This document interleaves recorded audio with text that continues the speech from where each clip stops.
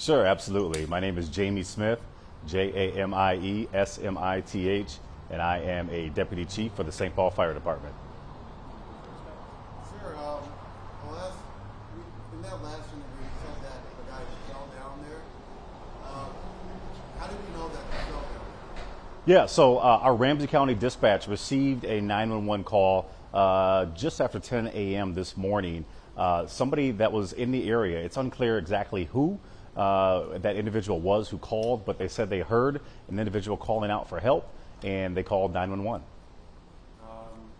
But do you know for sure if he fell down there, or if he went down there, or how he ended up down there? We are not sure how the individual ended up down there. It's unclear whether he fell or whether he, took himself down there. What we can say is that the area or the hole did have a cover on it, a hinge cover, and it did appear that the cover had been tampered with. Again, not sure by whom, but it did appear that that cover had been removed. And when our crews arrived on scene, they did find that cover at the bottom of the shaft along with the victim. Is that something that has happened before? I'm not asking for instructions on how to do it, but do these covers get tampered with regularly?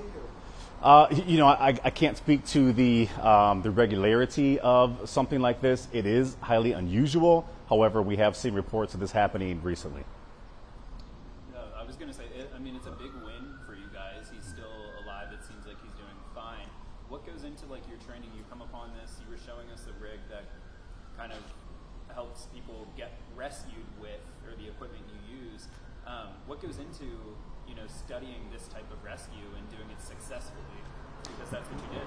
Yes, absolutely. The outcome of this was certainly what we hoped for. The person did not appear to have life sustaining or life threatening injuries, and we were able to successfully get that individual out of the hole and transported to a local hospital for further eval. But as far as our team, our advanced technical rescue team, they train on a daily and then on a more structured monthly basis for all different scenarios.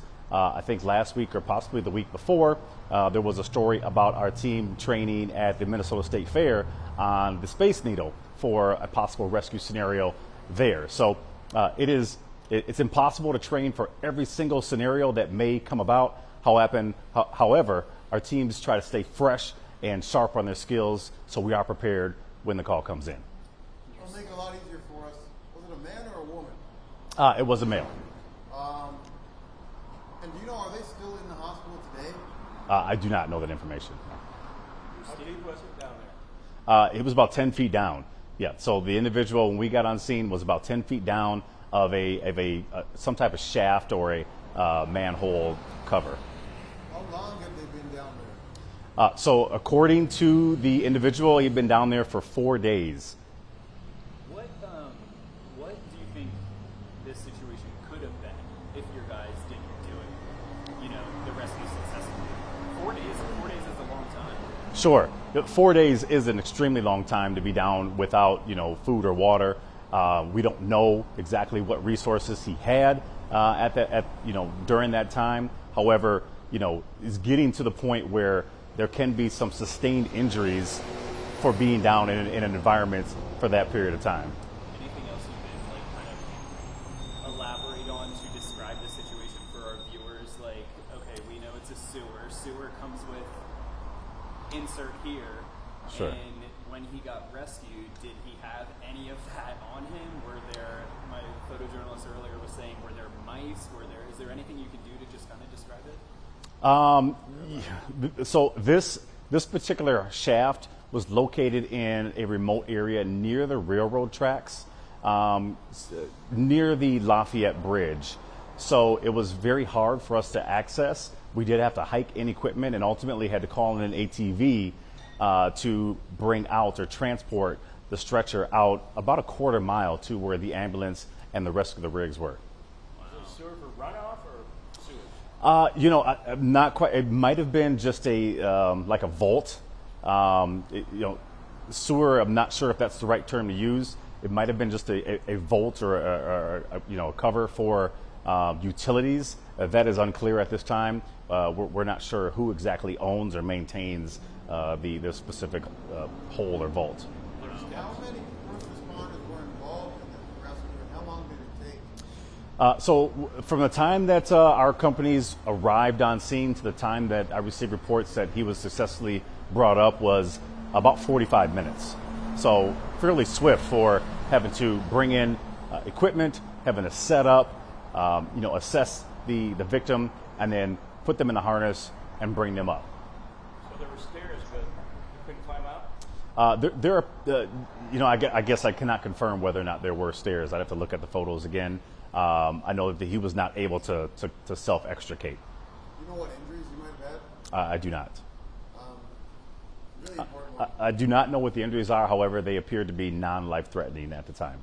Did he allude to at all to how he ended up down there, or just did he say much? That information is unclear.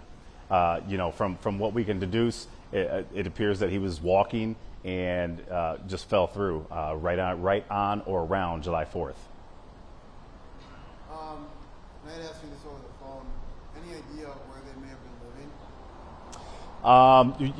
living? We're unsure at that time. That information is unclear. A transient type? I mean, it's near the gospel mission. It is near the gospel mission. There is an encampment nearby, an unsheltered person's encampment nearby. Have you guys heard from anyone calling saying like, "Oh, I, was a witness at all or anything"? Or? We have not received any reports of it being witnessed. No. My last question personally for you is, we're standing in front of the St. Paul Fire Department technical rescue team. Yes. I can imagine this team is it used every day? How often do you guys have to go on these, irregular calls? Sure. This team is used not only in the city of St. Paul, but it's used in surrounding jurisdictions. So if there's something in another city where they need our assistance, this team is able and ready to deploy all around the area.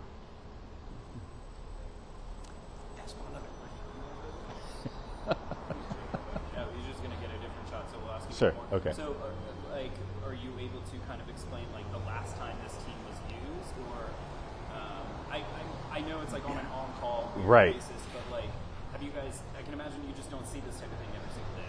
Correct. So this type of rescue is not something that we see every day. However, with the waterways that are in St. Paul, the bluff areas, the manholes, the vaults, the high angle that would be buildings, bridges. This team is able, trained, ready, and can be deployed for all of those types of scenarios. Just most of the time, they don't prepare for sewage to be along with it. Well, fun fact, firefighting is a dirty job. That's all it would be. Good? Thank Okay. you. Yeah. All right. Thank Thank for your you. time.